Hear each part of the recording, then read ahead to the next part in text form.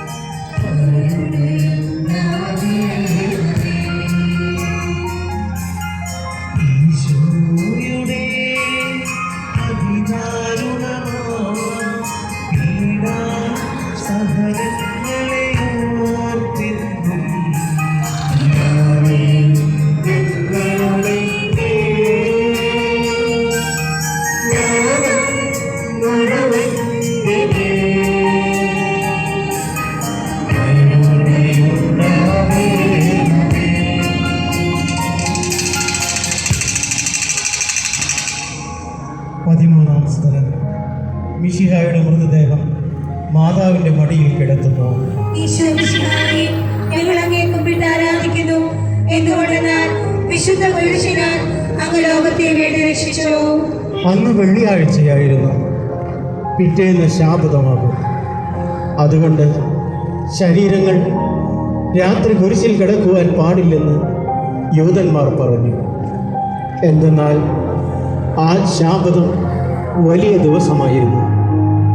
തന്മൂലം കുരിശിൽ തറയ്ക്കപ്പെട്ടവരുടെ തണങ്കാലുകൾ തകർത്ത് ശരീരം താഴെ ഇറക്കണമെന്ന് അവർ പീലാത്തോസിനോട് ആവശ്യപ്പെട്ടു. ആകയാൽ പടയാളികൾ വന്ന് മിശിഹായോടുകൂടെ കുരിശിൽ തറയ്ക്കപ്പെട്ടിരുന്ന 2 പേരുടെയും തണങ്കാലുകൾ തകർത്തു. ഈശോ പണ്ടേ മരിച്ചു കഴിഞ്ഞിരുന്നു എന്ന് കണ്ടതിനാൽ അവിടുത്തെ കണങ്കാലുകൾ തകർത്തില്ല. എങ്കിലും പടയാളികളിൽ ഒരാൾ കുന്തം കൊണ്ട് അവിടുത്തെ വിലാപ്പുറത്ത് കുത്തി.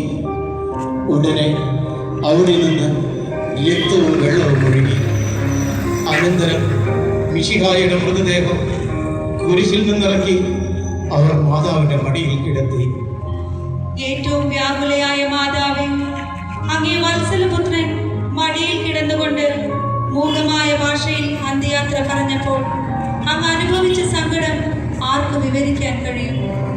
ഉണ്ണിയായി പിറന്ന ദിവ്യകുമാരനെ ആദ്യമായി കയ്യിലെടുത്തത് മുതൽ ഗാഗുൽത്ത വരെയുള്ള സംഭവങ്ങൾ ഓരോന്നും അങ്ങേ ഓർമ്മയിൽ തെളിഞ്ഞു നിന്നു. അപ്പോൾ അങ്ങ് സഹിച്ച പീഡകളോട് ജീവിത ദുഃഖത്തിലെ ഏകാന്ത നിമിഷങ്ങളിൽ ഞങ്ങളെ ധൈര്യപ്പെടുത്തി ആശ്വസിപ്പിക്കണമേ. സ്വർഗസ്ഥനായ ഞങ്ങളുടെ പിതാവേ, അങ്ങയുടെ നാമം പൂജിതമാകണമേ. അങ്ങയുടെ രാജ്യം വരണമേ. അങ്ങയുടെ തിരുമനസ് സ്വർഗത്തിലെ പോലെ ഭൂമിയിലുമാകണമേ. ഞങ്ങൾക്ക് തരണമേ. ഞങ്ങളോട് തെറ്റ് ചെയ്യുന്നവരോട് ഞങ്ങൾ ക്ഷമിച്ചിരിക്കുന്നത് പോലെ ഞങ്ങളുടെ തെറ്റുകൾ